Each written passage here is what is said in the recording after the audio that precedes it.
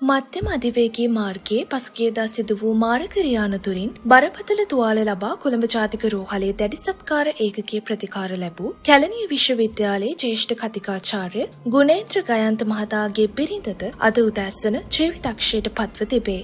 ඇගේ වියෝවෙන් පුංචි දරු පැටව් තිදෙනා තනිව ඇති අතර ඒ අනුව මෙම මාරක අනතුරින් මියගිය ගණන 3ක් දක්වා ඉහළ ගොස් ඇත.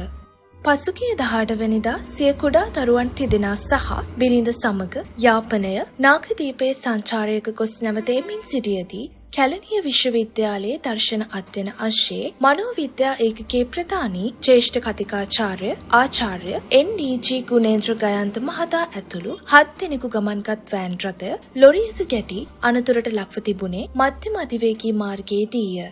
අනතුර සිදු වූ අවස්ථාවේදීම ගුණේන්ද්‍ර ගයන්ත මහතා ජීවිතක්ෂයට පත් වූ අතර පසුව වෑන් රථයේ රියදුරු ලෙස ගමන්ගත් ඔහුගේ ඥාති සහෝදරයා වන බිරිඳගේ මල්ලිද ප්‍රතිකාර ලබමින් සිටියදී ජීවිතක්ෂයට පත් වුණි.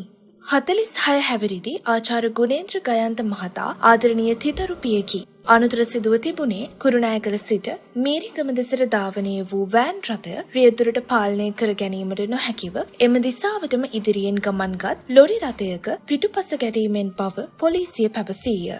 විශ්වවිද්‍යාල සිසු දරුවන් දහස් ගණනකගේ නැනස පාතා ඇති ආචාර්ය ගුණේන්ද්‍ර ගයන්ත මහතාගේ වියෝව කැලණිය සරසවියට මෙන්ම මුළු මහත් ජාතියටම සිදු වූ පියවිය නොහැකි පාඩුවකි. තමන්ගෙම කියන අය තමන්ට නැති වෙනවා කියන්නේ තමන් තනි වෙනවා කියන එකමයි. අම්මයි අප්පයි කියන්නේ ලෝකයක්.